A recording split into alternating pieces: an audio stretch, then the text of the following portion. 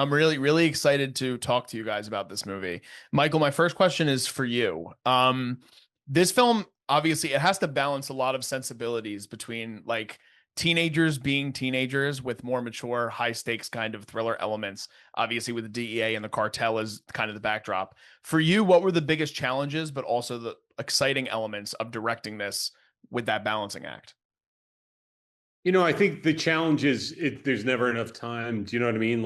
Yeah, but that's with every movie. It's like that. I think with the action sequences in this thing, it was my first time working with like a big second unit. So it was developing that relationship with a whole other crew and working that way. But I think beyond that, I think emotionally, it's just what you were saying about sort of finding that balance between the fun and the wish fulfillment of the teenage heist story and intermixing that and finding that tonal balance with the more high stakes world of the DEA and the cartel and which is obviously much more high stakes and has much more teeth. So it's merging those two worlds and finding the heart at the center of it, which is really the toughest challenge for me as a director. Yeah, I had mentioned this in the last breakout room with some of the performers, but this movie it has to do a lot because it's like a coming of age story. It's also action, it's drama, it's comedy. So I guess this is for both of you guys. What are you guys hoping that audiences get out of this movie by the time that the credits are rolling? Well, first of all, I hopefully they enjoyed it and had a great time because that's the whole point of movies, entertaining. But this movie is much more than an action movie, and everybody we were talking that it depends on what was your state of mind and in your life it gets you. I'm not a mother, but I can totally relate with the son father relationship because I'm very close to my dad. I'm very close, and so I think it's a great action drama with some comedy, which is always, you appreciate the comedy sometimes in this kind of movies, and the fun part is that they're explosions, and who doesn't love watching explosions? It's a great balance, I think. Yeah, absolutely. Michael, what about you? Yeah, I hope people come away sort of exhilarated by the ride that it gets taken on and have a bit of wish fulfillment in terms of like the heist element of it and that idea of sort of exploring that world. But I think at the end of the day, I hope it resonates with them emotionally in terms of that father-son relationship, in terms of the families on both sides of the story. We tried to find that balance where there's each side is has heart and they're human and they're, with all their flaws, they all have, they're all dealing with family and they're dealing with that balance and the cost of living in those worlds. Yeah, absolutely. Kate, my next question's for you. You play Natalia Cabrera in the film, one of the antagonists in Trap House. So obviously you kind of talked about what attracted you to the project in general, but for the role specifically, what was something that attracted to you in the script for you to play this role? The authenticity they were looking for, so for me that's very important. I've been struggling since I don't know, 24 years that I've been here, just trying to teach sometimes Americans what's the difference between Mexicans and Cubans, and so I love that about the script. Well, the script is fantastic. I read it and I loved it, because it had a different approach, and then talking to Michael, when he was casting, I love what he said, but also I love that he wanted to be authentic, and that for me meant a lot. And also for me the challenge is doing this character that I've done before, but to make it different, and make it more fun for me too. Yeah, absolutely. This next one is for both of you guys, and it kind of circles back to what Michael kind of was just saying. But my biggest takeaway with the film was the theme of trust. Like you see it within the cartel, you see it with the DEA, you see it with the relationships between the family and obviously the younger ensemble as well. So how crucial is trust on a film set for you guys and within your roles in this project in particular?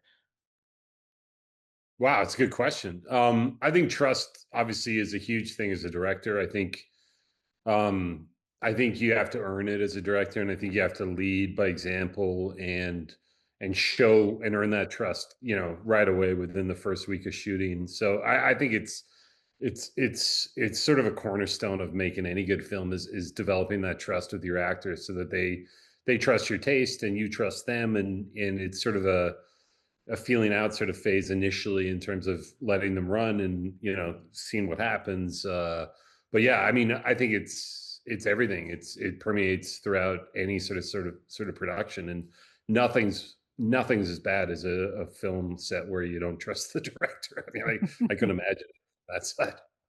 So all I can speak to is how I try to instill, belief in how I do it and how I try to prepare and lead by example. Mhm. Yeah, Absolutely. it's the same here. I mean, as an actress, I always have my doubts about my work, but I'm not the kind of actress that goes and watches every scene to see if I'm doing okay, because I would be terrified. I would always want another take because that's just the way it is. So the only way you can work in peace is trusting your director. And well, Michael, of course, you can see him, and he's so confident in what he's doing. He knows what he's doing. He's done a lot of movies, and he knows how to do action. He knows how to do comedy. He knows how to do drama. So that gives me no doubt, and it's definitely trusting also your partners. Where your colleagues that you're working with, and the stunts. That they know their job much better than you do. So always listen, but trust definitely is something. It was yeah, a good question, actually. Thank Yeah. you. Thank you. Michael, this is your second time working with Dave after Stuber, and obviously this role is a bit different this time around. You kind of touched on it a little bit with the sensibility of the dynamic between Dave and Jack in this movie. So what was it like working with him again on this project, as well as just the terrific ensemble you have? Because the cast is amazing for this movie, genuinely. It's always a pleasure to work with Dave. It was a little different where, Stuber is much more of a straight up action comedy and probably more focused on the comedy than the action. But this was, it was working with Dave and him flexing a different muscle for me in terms of his dramatic range and his ability to portray grief in a very grounded, beautiful way. And I found him so beautifully understated and doing so much in a good way by doing so little in a good way, if you know what I mean. And it was super fun to work with him and just to reunite with him and work with him again, but going after a different goal.